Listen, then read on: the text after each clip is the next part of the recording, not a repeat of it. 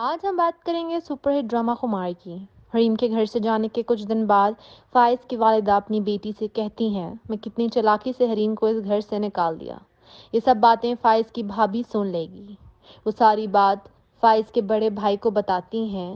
فائز کا بھائی حیران رہ جاتا ہے، ان کی والدہ اس حد تک بھی جا سکتی ہیں۔ مگر فائز کی بھابھی بہت خوش ہوتی ہیں، وہ سوچتی ہیں اب تو سب کچھ ان کو مل جائے گا۔ فائز کی بھابھی یہ بات اپنی والدہ کو بتاتی ہیں۔ اس کی والدہ کہتی ہے اگر فائز نے حریم کو طلاق دے دی تو فائز کی والدہ فائز کی شادی کسی بڑے گھرانے میں کرائیں گی۔ اس طرح فائز کی دوسری بیوی تمہارے مقابلے میں آ جائے گی اور تمہیں ساری جائیداد نہیں ملے گی۔ اگر حریم گھر واپس آ جائے تو اس میں ہمارا ہی فائدہ ہے۔ پہلا فائدہ فائز کی والدہ کہ جب اصلیت کھلے گی فائز گھر چھوڑ کر چلا جائے گا اور فائز کی والدہ کا غرور بھی مٹی میں مل جائے گا۔ اور دوسری طرف ناصر ٹھیک ہونے کے بعد فائز کی والدہ کو کال کرے گا اور کہے گا آپ نے جو کہا میں نے کیا، مگر آپ نے جو اپنے گنڈوں سے مجھے مروایا وہ میں کبھی نہیں بھولوں گا۔ میں کسی سے ڈرتا نہیں، ڈرنا آپ کو چاہیے جن کے راز میرے پاس ہیں۔ یہ سن کر فائز کی والدہ بہت پریشان ہوتی ہیں۔ فائز کی والدہ چاہتی ہیں اس سے پہلے ناصر اپنی زبان کھولے حریم کو طلاق ہو جانی چاہیے۔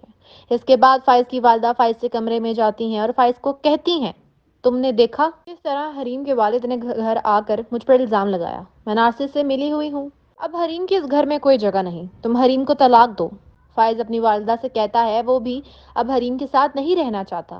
فائز کی والدہ یہ سن کر بہت خوش ہو جاتی ہیں۔ دوسری طرف حریم بھی اپنے والد کی بے عزتی پر بہت پریشان ہوتی ہے اور غصے میں ہوتی ہے۔ ایک دن حریم کسی کام سے باہر جاتی ہے جہاں فائز اس کو دیکھ لیتا ہے۔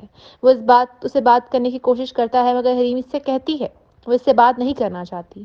فائز حریم سے کہتا ہے میں نے تمہیں کال بھی کی مگر تم نے کال کاٹ دی۔ حریم کہتی ہے اس کا موبائل اس رات تمہارے پاس رہ گیا تھا۔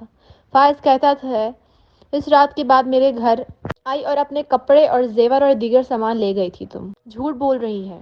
حریم کہتی ہیں یہ بھی تمہاری ماں نے ہی تمہیں بتایا ہوگا، وہ جھوٹ بول رہی ہیں جیسا جھوٹ تمہاری ماں نے بچے کے بارے میں بولا تھا۔ فائز کو غصہ آتا ہے اگر تم سچی ہو تو ناصر والی ویڈیو کہاں سے آئی؟ حریم کہے گی وہ ویڈیو اصلی ہے مگر میرا ناصر سے ملنے کی وجہ کوئی اور تھی جس کو ناصر نے ریکارڈ کیا اور اپنے مقصد کے لیے استعمال کر رہا ہے۔ میرا دامن صاف ہے۔ حریم کہتی ہے اگر اس کو مجھ پر یقین نہیں تو جاؤ ڈاکٹر کے پاس جس کے پاس میں اور تمہاری والدہ گئی تھی۔ فائز جب واپس گھر آتا ہے فائز کی بھابھی موقع دے کر فائز سے کہتی ہیں جو تم دیکھ اور سن رہے ہو وہ تمہیں دکھایا اور سنایا جا رہا ہے اور تم اس پر یقین بھی کر رہے ہو اس وقت میں، اور تم بات کر رہے ہیں جو اگر کوئی ہماری ویڈیو بنا لے اور ریکارڈنگ کر لے تو دیکھنے والا اس کو دیکھ کر ہی سمجھے گا۔ دوسری طرف ناصر تمام رقم خرچ کر دیتا ہے اور ایک بار پھر فائز کی والدہ کو کال کرتا ہے اور کہتا ہے اس کو کچھ رقم چاہیے۔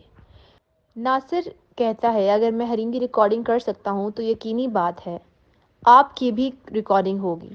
فائز کی والدہ یہ سن کر فون بند کر دیتی ہیں اور دیکھنا ہے ناصر کو فائز کی والدہ مار دیں گی یا ناصر ساری بات فائز کو بتا دے گا۔